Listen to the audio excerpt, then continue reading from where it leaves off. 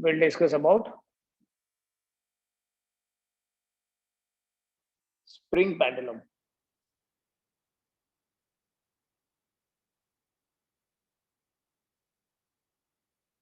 कोई भी वर्टिकली अगर हम एक स्प्रिंग हैंग करते हैं तो वो इक्विलिब्रियम में होता है। अगर हम इसके साथ कोई वेट अटैच करें तो ये खींच के थोड़ा सा इसकी लेंथ बढ़ जाएगी, इसको बोलते हैं एक्सटेंशन हो गई, राइट। लेकिन उस एक्सटेंशन होने के बाद अगर हम इसको थोड़ा और खींच के छोड़ दें, it will keep on oscillating. Basically किसी भी स्प्रिंग में क्या होता है, जो रिस्टोरिंग फोर्स है,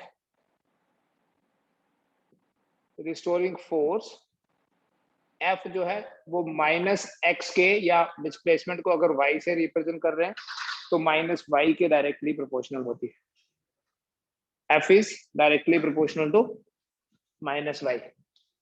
क्योंकि अगर हम इसको नीचे की तरफ स्ट्रेच कर रहे हैं, रिस्टोरिंग फोर्स इसको वापस लाने की कोशिश करती है, तो ये restoring force negative of displacement के प्रोपोर्शनल है, ठीक है। मतलब फोर्स की और डिस्प्लेसमेंट की डायरेक्शन अपोजिट है, इसलिए इस तरह का जो मोशन है वो सिंपल हार्मोनिक मोशन होता है। बेटा देखो, हम यहाँ से ये भी बोल सकते हैं कि A जो है वो -y के प्रोपोर्शनल है, because F is m into A, ठीक है। m तो कांस्टेंट है, तो कोई भी ऐसा मोशन जिसमें एक्सेलरेशन -y के प्रोपोर्शनल होती है उसे बोलते हैं सिंपल हार्मोनिक मोशन। और बेटा इस सिंपल हार्मोनिक मोशन का जो टाइम पीरियड है, time period of oscillation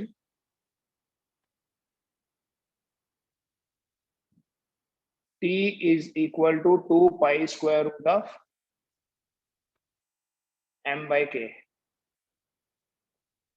Time period is 2 pi into square root of m by k. m is mass, ये जो ऑब्जेक्ट है इसका मास m है, और k जो है दैट इज स्प्रिंग कांस्टेंट। मास इसमें m is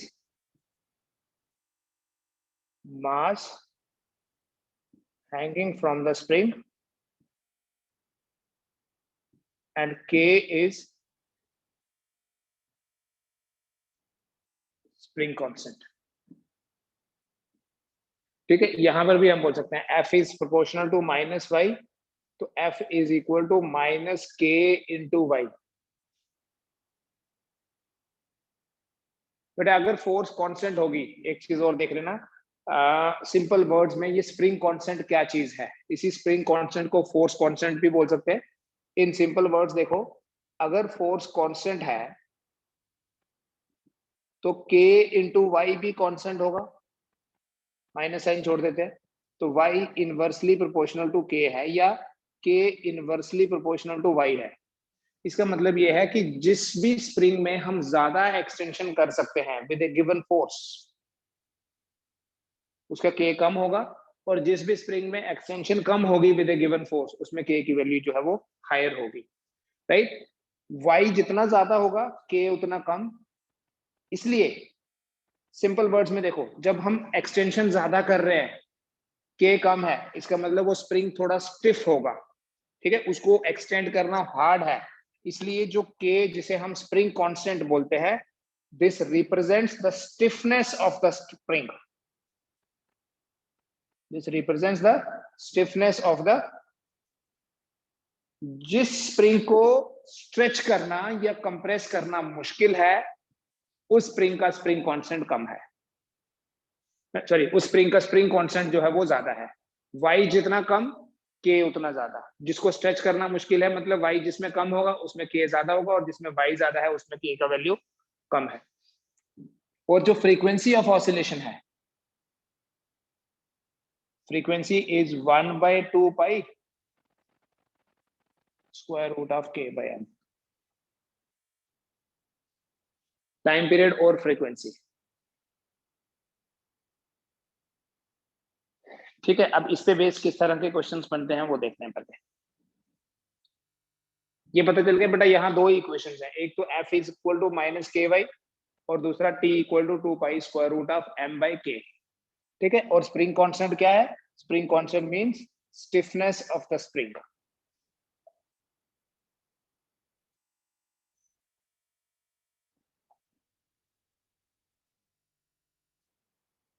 राइट। देखिए बेटा, सपोज करते हैं कि हमारे पास कोई स्प्रिंग है और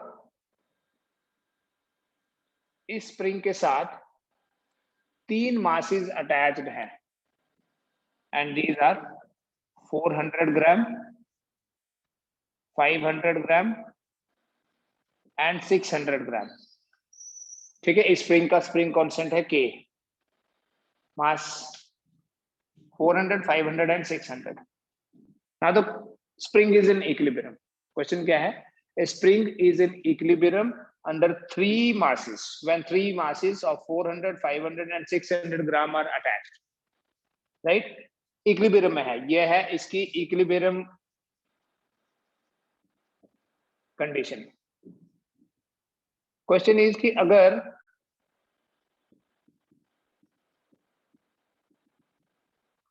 600 ग्राम मास को रिमूव किया जाए तो ये स्प्रिंग ऑसिलेट करता है विद ए फ्रीक्वेंसी f1, और अगर 500 ग्राम मास को भी रिमूव कर दें, सिर्फ 400 ही रहने दें, तब ये ऑसिलेट करता है with A frequency f2। Question समझ में आ गया बेटा? Spring is in equilibrium under the influence of 3 masses when 3 masses of 400, 500 and 600 gram are connected to it. It oscillates with a frequency f1 when 600 gram mass is removed, is oscillate with a frequency f2 when 500 is also removed. ठीक है, तो हमें बताना है spring तो same है, spring को हमने कट नहीं किया, स्प्रिंग को हमने उसकी लेंथ को बढ़ाया नहीं, तो के तो सेम रहेगा। तो आपको बताना है कि इनकी जो फ्रीक्वेंसीज हैं उन फ्रीक्वेंसीज की रेशियो क्या होगी। देखो ध्यान से, फ्रीक्वेंसी का क्या फॉर्मूला बेटा? Frequency is equal to 1/2 pi square root of k by m. So क्योंकि टाइम पीरियड क्या होता है, देखो time period is equal to 2 pi square root of m by k, तो फ्रीक्वेंसी इसका रिवर्स हो गया। सो f1 जो है it would be equal to 1 by, या सीधा लिखे देखे के तो सेम है, तो f1 जो है वो इनवर्सली प्रोपोर्शनल है 900 के। कैसे? यहाँ 900 मास अटैच है। f2 जो है that is inversely proportional to square root of 400। It means f1 by f2 will be equal to root of 400 by 900. Root 400 by 900 will be 2/3। तो यही है।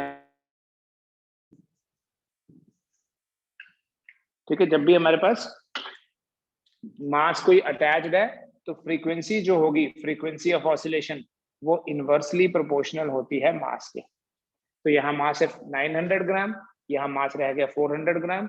f1 is inversely proportional to root of 900, f2 is inversely proportional to root of 400।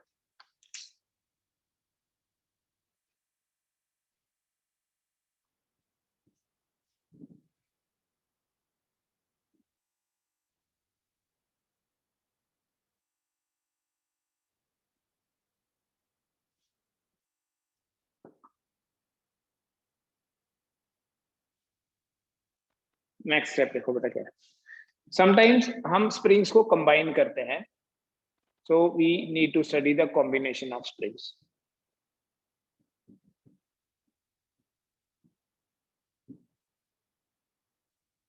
Combination of springs. One is series combination.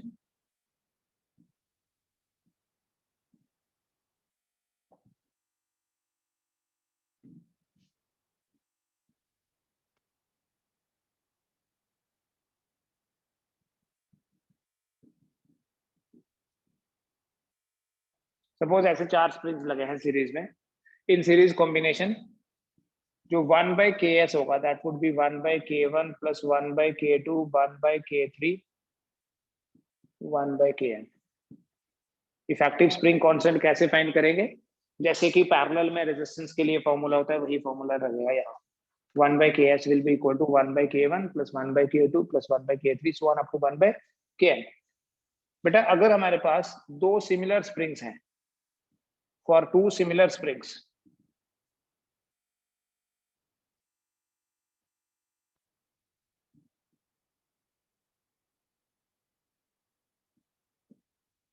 each having spring constant k, तो यहां देखो जो 1/ks होगा that would be 1 by k plus 1 by k. 1 by ks will be 2 by k, तो ks बन जाता है k by 2. जब भी दो सिमिलर स्प्रिंग्स को हम सीरीज में लगाएंगे तो इफेक्टिव स्प्रिंग कांस्टेंट जो है वो हाफ हो जाएगा. ऐसे देखो कि जब स्प्रिंग को सीरीज में लगाया लेंथ बढ़ी, और जब भी किसी स्प्रिंग की लेंथ बढ़ती है तो उसको स्ट्रेच करना इजी हो जाता है. ठीक है, स्टिफनेस कम हो जाती है, स्प्रिंग कांस्टेंट कम होगा जितने ज्यादा लगाएंगे. अगर बेटा हम 3 स्प्रिंग्स को सीरीज में लगाएं, मान लीजिए we have 3 springs each having spring constant k, तो अब जो ks होगा that would be k by 3. ठीक है, इफ n springs each of spring constant k are connected in series, if n springs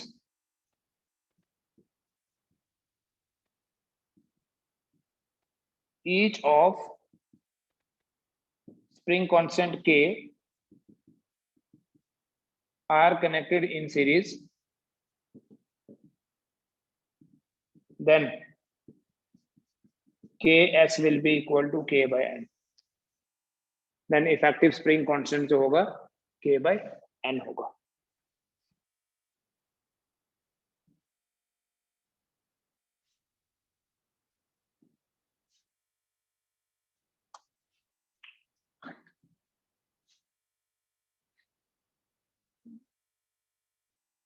ठीक है, और अगर बेटा पैरेलल में लगाते हैं, जब हम स्प्रिंग्स को पैरेलल में लगाएंगे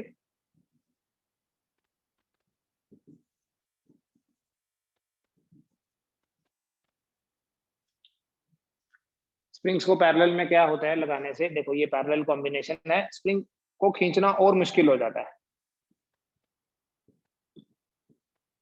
इसमें जो स्प्रिंग कांस्टेंट आता है that is k1 plus k2 plus k3 so on. यही चीज अगर देखो if n springs each of spring constant k are connected in series, इधर आ गया are connected in parallel, अगर उन्हें पैरेलल में लगा लें तो kp जो होगा that will be n times k. Therefore ks by kp, k by n, nk, so it will be 1 by n square.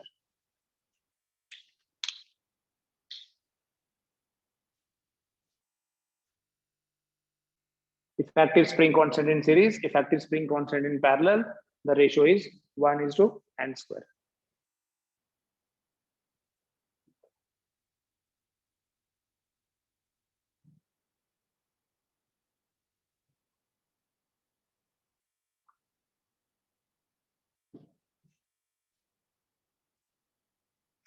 इस तरह का क्वेश्चन है, देखिए infinite springs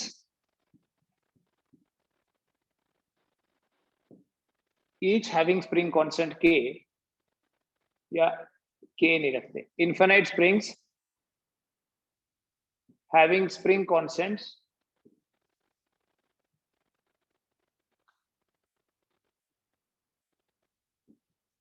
k, 2k, 4k, 8k, 16k, so on up to infinity are connected in series. Find the effective spring constant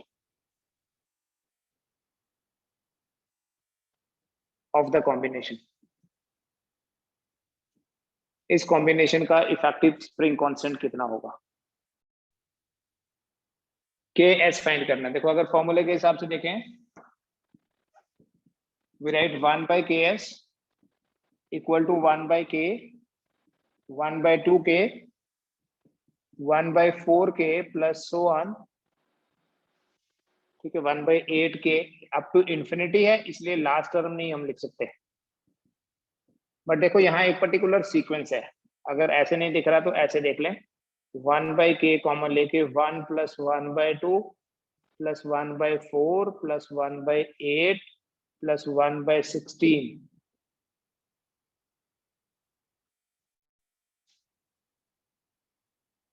हाँ बेटा, ठीक है, ये एक इनफाइनाइट जीपी है, इनफाइनाइट जीपी।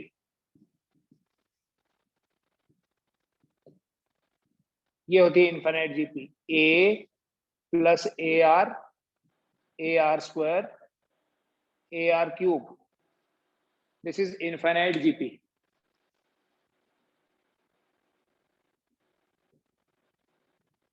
इसका जो सम है that is equal to a over 1 minus r. A is the first term, you can see it here, 1 by ks will be equal to 1 by k into, first term is a, over common ratio is 1 by 2, 1 minus 1 by 2. It means 1 by ks equal to 1 by k into 1 over 1 by 2. ठीक है ना, 1 minus 1 by 2 is 1 by 2, it will become 2 by k. तो finally जो आपका result आएगा ks will be k by 2. Effective spring constant in series will be half of k.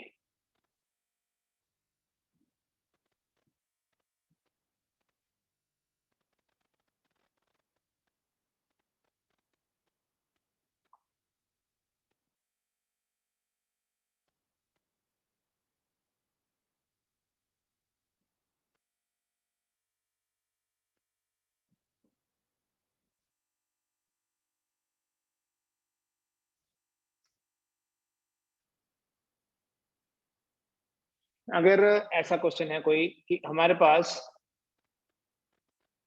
दो springs हैं, each having spring constant k, they are connected in series, what is ks, sorry, what is the time period of oscillation? यहाँ एक particle है जिसका मास है m, object है एक, तो टाइम पीरियड ऑफ ऑसिलेशन कितना होगा? अगर ये स्प्रिंग सिस्टम ऑसिलेट कर रहा है तो time period of oscillation t will be equal to 2 pi square root of m by ks. ये ks कितना होगा? k by 2. It means t equal to 2 pi square root of m by k by 2.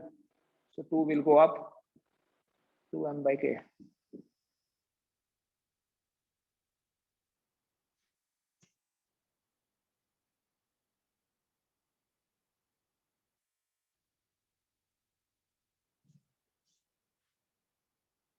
ठीक है, ये एक इस तरह का क्वेश्चन है। दूसरा देखें,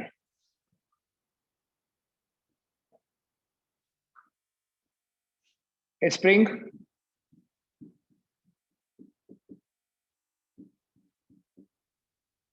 having spring constant k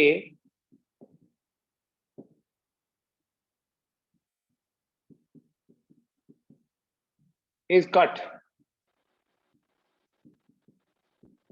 into 3 equal parts and all the parts are then connected in parallel. What is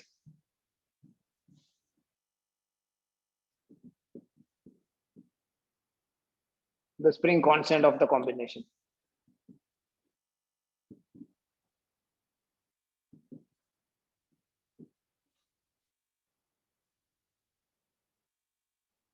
तो जो ये कॉम्बिनेशन होगा, इस कॉम्बिनेशन का स्प्रिंग कांस्टेंट कितना होगा? देखो, हमारे पास एक स्प्रिंग है,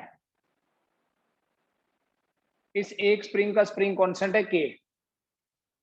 क्वेश्चन ये है कि अगर इस एक स्प्रिंग को हम 3 इक्वल पार्ट्स में कट कर दें, ठीक है, हम ये भी तो इमेजिन कर सकते हैं कि ये एक स्प्रिंग नहीं है, बेसिकली ये एक स्प्रिंग जो हमें दिख रहा है ये 3 पार्ट्स का कॉम्बिनेशन है और हर एक पार्ट का स्प्रिंग कांस्टेंट है k डैश और तीनों का इफेक्टिव है k।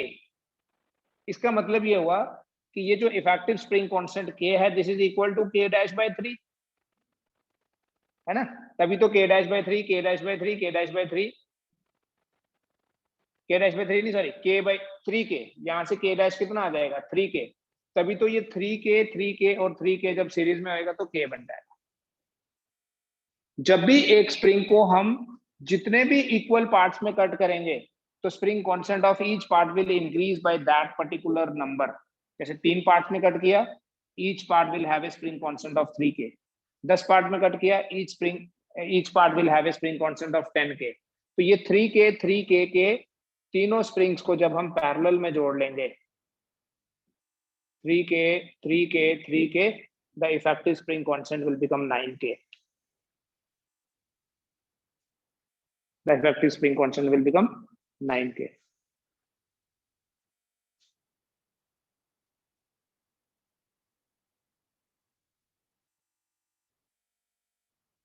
नहीं बेटा k नहीं होगा, फिर से देखो, हमारे पास एक स्प्रिंग है जिसका स्प्रिंग कांस्टेंट है k,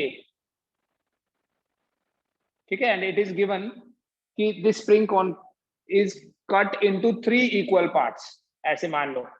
अब मान लेते हैं कि हर एक पार्ट का स्प्रिंग कांस्टेंट है k डैश। k नहीं होगा, जब भी स्प्रिंग की लेंथ कम होगी ना, उसको स्ट्रेच करना मुश्किल हो जाएगा, स्प्रिंग कांस्टेंट बढ़ जाता है, स्टिफनेस बढ़ जाती है। छोटे स्प्रिंग को कट कर ये खींचना जो है दैट इज टफ, लंबे स्प्रिंग को खींचना। इसलिए जब हम सीरीज में देखो, सीरीज में अगर हम जोड़ते जाएं 1 2 3 तो स्प्रिंग कांस्टेंट कम हुआ, बड़ा इफेक्टिव स्प्रिंग कांस्टेंट कम हो गया। और अगर हम कट करते जाएं तो इफेक्टिवली स्प्रिंग कांस्टेंट जो है वो बढ़ता जाएगा। लेट क्वेश्चन में ही दिया है कि spring is cut into 3 equal parts. Let the spring constant of each part is k dash. हर एक पार्ट का स्प्रिंग कांस्टेंट जो है वो है k dash. Then one spring can be assumed as a combination of 3 similar springs. Series combination of 3 similar springs, each having spring constant k dash। तो अगर इसका भी k डैश है, इसका भी k डैश है, इसका भी k डैश है, इफेक्टिवली इन तीनों का k है, तो हम ये बोल सकते हैं बेटा 1/k equal to 1/k dash 1/k dash 1/k dash equal to 3/k dash. इससे हमारा k डैश कितना आ जाएगा 3k। जब k डैश 3k आ गया, उसके बाद क्वेश्चन क्या है, all the parts are then connected in parallel, what is the spring constant of the combination। 3k और 3k को जब पैरेलल में जोड़ा, the effective spring constant becomes 9k।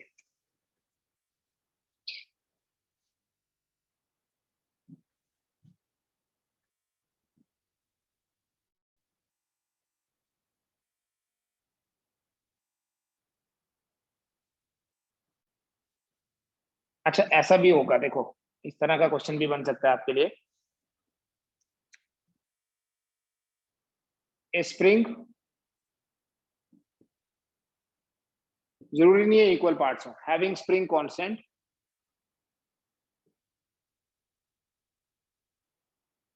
k is cut into 2 parts whose lengths are in the ratio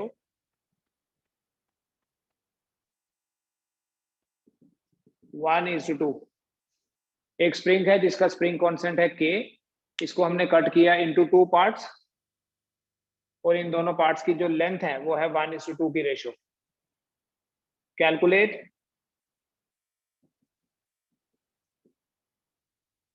the spring constant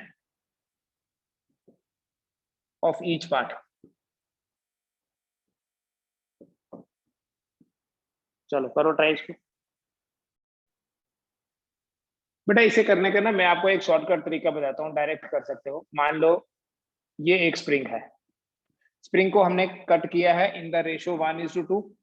अब ऐसे assume करो कि इसकी टोटल लेंथ जो है वो 3l है, पहले समझ लेना, फिर आप इसको अप्लाई कर सकते हो और फर्दर शॉर्ट करके भी। तो अगर हम इसको 2 पार्ट्स में कट कर रहे हैं, एक की लेंथ होगी l और दूसरे की होगी 2l, ठीक है, देखो ध्यान से, इसका स्प्रिंग कांस्टेंट है के, गिवन है। अगर इस छोटे वाले पार्ट का स्प्रिंग कांस्टेंट है K1 और बड़े वाले पार्ट का स्प्रिंग कांस्टेंट है K2, यहां से जो हम, ये फोर्स है F, यहां भी फोर्स F है।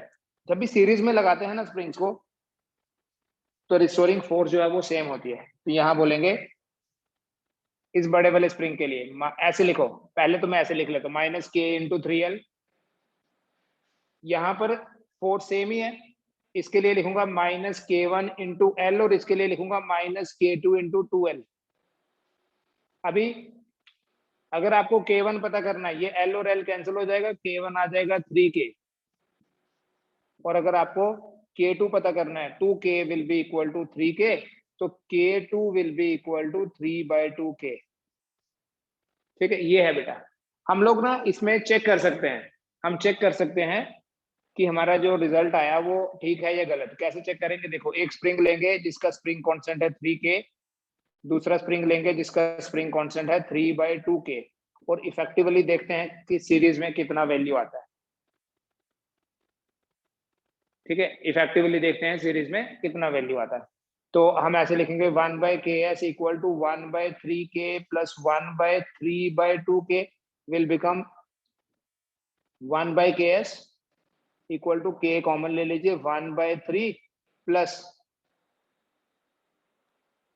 3K/2 है ना, इसमें कंफ्यूज नहीं हो जाना, 3K/2 है, K तो बाहर आ गया, 2/3 आ गया।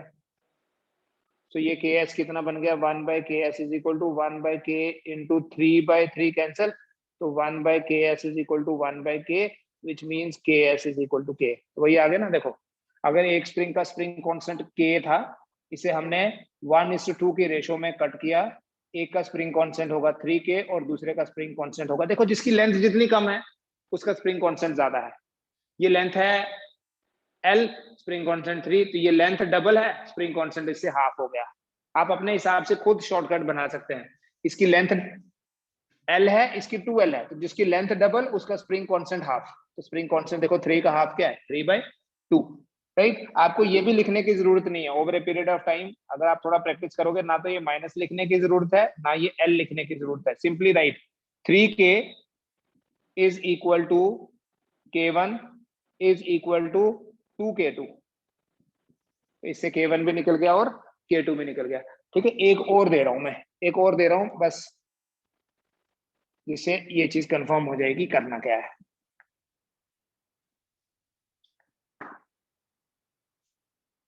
अगर हमारे पास एक स्प्रिंग है जिसका स्प्रिंग कांस्टेंट है K, इस स्प्रिंग को हम कट करते हैं इन 3 पार्ट्स, और इन तीनों पार्ट्स की जो लेंथ की रेशियो है दैट इज 1 2 3। ठीक है, spring having spring constant K is cut into 3 parts having length in the ratio 1 2 3. What is the spring constant of each part? करो इसको सॉल्व करो। मान लो इसकी टोटल लेंथ है, देखो ऐसे करना, 3 2 5 और 1 6, इसकी टोटल लेंथ है 6L, इसकी लेंथ हो गई L, इसकी हो गई 2L, इसकी हो गई 3L। ठीक है ना, तो 6K इज इक्वल टू 1, इसका स्प्रिंग कांस्टेंट K1, इसका K2 और इसका K3। 1K1 2K2 3K3, तो K1 will be equal to 6K। फिर ये दोनों आप यूज करोगे, K2 will be equal to 3K, फिर ये और ये यूज करोगे, K3 will be equal to 2K। ठीक है, this way K1 K2 K3 निकल गया। एंड आप चेक करो, अगर आप इन तीनों को सीरीज में लगाओ, मतलब ऐसे क्वेश्चन दिया है कि 3 स्प्रिंग्स हैं, एक का स्प्रिंग कांस्टेंट 6K है, एक का 2K है, एक का 3K है, ऑर्डर मैटर नहीं करता है कहाँ कौन सा लगाया, तो इनका इफेक्टिवली जो स्प्रिंग कांस्टेंट है वो K ही होगा। Effective spring constant of this combination will be K। That means cut करने से स्प्रिंग कांस्टेंट जो है वो हर एक पार्ट का बढ़ गया है, जिसकी लेंथ जितनी कम उसका स्प्रिंग कांस्टेंट उतना ही ज्यादा होगा। देखो ये लेंथ सबसे कम है, स्प्रिंग कांस्टेंट सबसे ज्यादा, फिर ये लेंथ उससे कम, उससे थोड़ा ज्यादा, इससे ये ज्यादा है, और फाइनली सबसे कम किसका है, जिसकी लेंथ सबसे कम है। ठीक है, इस तरह के क्वेश्चंस आप एक्सपेक्ट कर सकते हैं एग्जाम में। इसके अलावा बेटा ये 2 मेन एप्लीकेशंस हैं, ये 2 मेन एग्जांपल्स हैं सिंपल हार्मोनिक मोशन की। इन एडिशन टू दैट आपके पास और बड़ी सारी एग्जांपल्स होंगी, जैसे कोई ट्यूब है जिसे बोलते हैं हम you tube, U shape tube है, इसमें कोई लिक्विड फील्ड है, मान लीजिए ये लिक्विड में in each side the liquid is filled up to height h, तो ये तो इक्विलिब्रियम है, लेकिन जब ये ऑसिलेट करेगा, यहाँ से मान लो एयर ब्लो करते हैं, ये ऑसिलेट करने लगेगा, इसका जो टाइम पीरियड ऑफ ऑसिलेशन होगा 2 pi root of h/g, direct formula याद रखना, ठीक है। जब हम एयर ब्लो करके डिसॉल्व करेंगे, या oscillations of a body in A pendulum in a tunnel, मान लो पूरे अर्थ में एक टनल बना दी, यहाँ एक बॉडी ड्रॉप करेंगे तो अर्थ की ग्रेविटी जो है that will provide the restoring force, body will keep on oscillating. तो इसमें जो टाइम पीरियड ऑफ ऑसिलेशन होगा 84 मिनट्स, जो कल भी बताया था, आंसर आपका आता है। तो इस तरह की और एग्जांपल्स आप देख लीजिए। सिंपल हार्मोनिक मोशन में डायरेक्ट फॉर्मूला याद रखना है इस तरह से। सिंपल पेंडुलम और स्प्रिंग को तो अच्छे से कर लो, बाकी और एग्जांपल्स देख के डायरेक्ट फॉर्मूला बेस्ड क्वेश्चंस भी पूछे जा सकते हैं, ठीक है।